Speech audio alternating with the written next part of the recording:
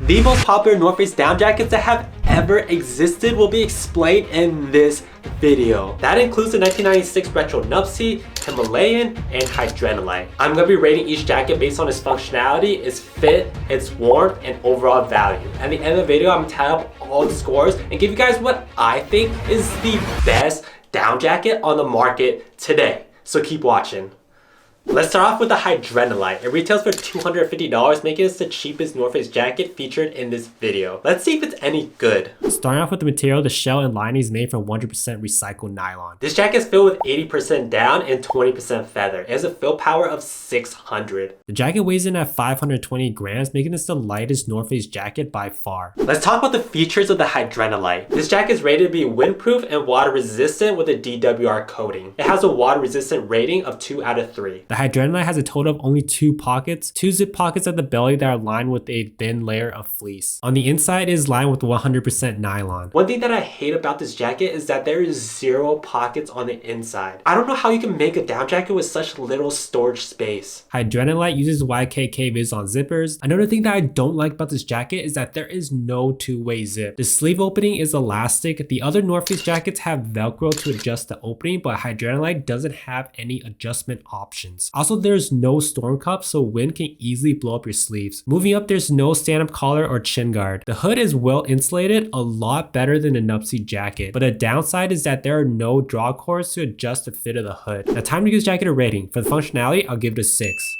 So how does the Hydrenalite fit? Starting off with some measurements, shoulder to shoulder measures to 17 inches, chest measures to 22 inches, sleeve lengths are 27 inches, and the length is 26 inches. This is how the North Face Hydrenalite looks on me. This is in a size medium and I recommend going true to size. First impression, the jacket fits boxy, which I noticed is very common with North Face jackets, but out of the 3 jackets featured in this video, this has the slimmest silhouette because it's not as packed with down feathers as the other jackets. The jacket gives off that retro 90s look, especially this brown colorway. With the 17-inch shoulder width and 22-inch chest width, this is the slimmest fitting North Face jacket featured in this video. The 26-inch length covers about 3/4 of my butt, and the 27-inch sleeve length goes a little past my wrist. Here's how the jacket looks zipped up all the way with the hood on. This jacket does not have any brim or any drawstrings to adjust. The hood does not shield your face from the snow, rain, and wind, but at the same time, it doesn't alter your field of view. Now, time to give this jacket a rating. For the fit, I'll give it a 7. Now let's talk about the warmth of the North Face Hydrenalite. This jacket is made from 80% duck down and 20% feather. It has a fill power of 600. It's definitely not the warmest jacket, but considering this jacket only weighs in at 528 grams, the weight to warmth ratio is not terrible. This is a great jacket for the fall, but when it's below freezing outside like right now, I would not wear this jacket. The biggest reason why this is not a great winter jacket is because of the lack of adjustments in the hood and sleeves. There's no way to tighten the hood and collar for a snugger fit. Also, the hood doesn't shield the side of your face at all, so your face will be exposed to snow, rain, and wind from the side. The elastic cuffs are a one size fit all, so if you have slimmer wrists like me, you're really gonna feel that wind chill up your sleeve. This jacket is without a doubt a fall jacket and not a winter jacket. Now, time to give this jacket a rating. For the warmth, I'll give it a 6. For the overall value, I'll give it a 7. That brings a total score for the North Face Hydrenalite jacket 26 out of 40. We're not off to a good start, but let's see if the next jacket is any better. Next up is the 1996 retro Nuptse. For the past 5 years, the North Face Nuptse has ranked as the 2nd most popular fashion items, trailing only behind the Nike Air Force Ones. And with 90s fashion trends coming back to life, this jacket has no problem selling out every single year. But is this hype well justified? Let's find out. Starting off with material, the shell is made from 100% ripstop nylon and the lining is made from 100% nylon. This jacket is filled with 85% down and 15% feather. The fill power is 700. The Nuptse weighs in at 727 grams, making this the 2nd lightest jacket featured in this video. Let's talk about the features of the North Face Nuptse. This jacket is rated to be windproof and water repellent with a DWR coating. Waterproof and water repellent is not the same. The difference is that water repellent means it can handle only so much water, where waterproof acts as a complete barrier. How water repellent is this jacket, you may ask? Let's push it to the limits and find out.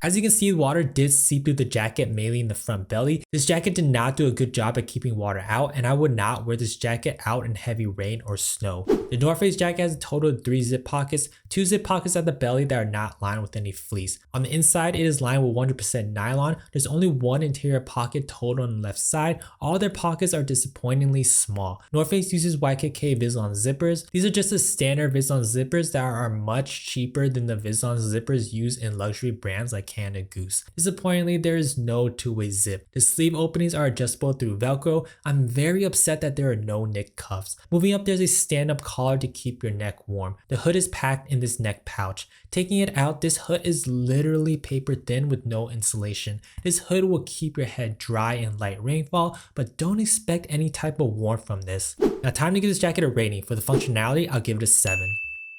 So how does a Nuptse jacket fit? Starting off with some measurements, shoulder to shoulder measures to 21 inches, chest measures to 23 inches, sleeve lengths are 25 inches, and the length is 25 inches. This is how the North Face Nuptse looks on me. First impression, the jacket fits very boxy, which is a staple in 90s fashion. The 25-inch length hits right at the waist. This short length is meant for mountain climbers to have easy access to their harnesses. But we all know 99% of the people that own this jacket don't climb mountains during the winter. Just like most puffer jackets, the North Face does make you look like a muffin. The bright side to that is the insulation feels like pillows are hugging all around my body. Even though this jacket looks like it fits large, I recommend going true to size. Here's how the jacket looks with a hood on. The hood is a huge contrast to the overall puffy fit in the jacket. There's zero insulation and it's paper thin. This hood looks so off and it feels like it doesn't belong on this jacket.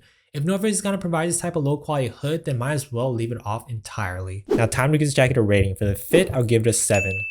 Now let's talk about the warmth of the North Face Nuptse.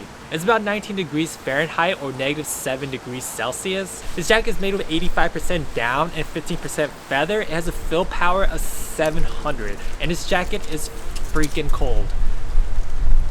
Freaking cold. Considering this jacket weighs in at 727 grams, the warmth to weight ratio is very disappointing. This jacket is great for mild winter conditions, but when it's below freezing like right now, then I would not wear this out. There's 4 features about this jacket that I really hate. First is the lack of a hood. It doesn't have to be rainy to wear a hood. When it's below freezing outside like right now, you want to be able to put on a hood to keep your head and ears warm. The North Face hood does not provide any insulation at all, so I think North Face is better off just leaving it off. Second is the lack of the storm cuffs. Storm cuffs do an excellent job preventing wind from blowing up your sleeves and giving you extra comfort. This jacket does not do any of that. Third is the lack of fleece lining in the pockets. Fleece lining helps trap heat and keep a cozy environment for your hands. And lastly, the short torso of the jacket does an awful job at preventing wind from traveling up your hips. Overall, this jacket is way more suited for the fall rather than the winter time. Now time to give this jacket a rating. For the warmth, I'll give it a 6. For the overall value, I'll give it a 7. That brings a total score for the North Face Nuptse jacket, 27 out of 40. Last but not least, we have the North Face Himalayan. This jacket retails for $380, making it the most expensive North Face jacket featured in this video. Let's see if it's worth this high price tag. Start off with the material. The shell is made from 100% recycled nylon and the lining is made from 100% polyester. This jacket is filled with 75% down and 25% feather. The fill power is 550. The jacket weighs in 1,028 grams, making this the heaviest jacket featured in this video. Let's talk about the features of the North Face Himalayan. This jacket is rated to be windproof and water repellent with a DWR coating, but it is not waterproof. The North Face jacket has a total of 2 zip pockets at the belly that are lined with fleece. I'm not a big fan of the design of these pockets because it's not ergonomical. It's annoying to zip and unzip these pockets because of these flaps, and if you want to rest your hands in your pockets, it's not comfortable because you have to angle your hands instead of a more natural resting position. On the inside, it is lined with 100% nylon. There's only one interior pocket total on the left side. I wish there's another pocket on the right side, maybe a fishnet pocket for your gloves. North Face uses YKK Vislon zippers. It does have two-way zip. Instead of snap buttons like most jackets, the Himalayan uses Velcro. Velcro is a lot cheaper than using buttons, but it does the job just fine, and it's also a lot faster than buttons. The sleeve openings are adjustable through Velcro. I'm very upset that there's no knit cuffs. Moving up, the hood is large and packed with insulation to keep your head warm. It's not a snorkel style hood, but the brim is just long enough to shield you. Now time to give this jacket a rating. For the functionality, I'll give it an 8. So how does the Himalayan jacket fit? Starting off with some measurements, shoulder to shoulder measures to 20 inches, chest measures 24 inches, sleeve lengths are 26 inches, and the length is 27 inches. This is how the North Face Himalayan jacket looks on me. This is in a size medium and it fits big, so I recommend going down a size. This is designed to be a mountaineering jacket, so it has a boxy and oversized fit. This is not the most stylish jacket because it prioritizes warmth over fit. With its 20-inch shoulder width and 24-inch chest width, this is by far the widest fitting out of all jackets featured in this video. The 26-inch sleeve length goes a little past the wrist. The 27-inch length is the perfect length to keep my buns toasted. Here's how the jacket looks zipped up all the way with the hood on. The hood is very well insulated just like the rest of the jacket, so it fits snug against my head. The brim is the perfect length that shields your face from the snow, rain, and wind, but doesn't alter your field of view. Now time to give this jacket a rating. For the fit, I'll give it a 7. Now let's talk about the warmth of the North Face Himalayan. The jacket is filled with 75% down and 25% feather with a fill power of 550. The jacket is heavy, weighing in at 1,028 grams. Even though this jacket is keeping me warm and it's below freezing temperature, I think North Face could have designed this jacket more efficiently. The low 550 fill power is making this jacket look way more bulky than it should be. Using higher fill power means using less down, making the jacket look slimmer and making it look less like a fat blob. The hood is very well insulated, but the lack of collar is making a big difference in keeping my neck warm.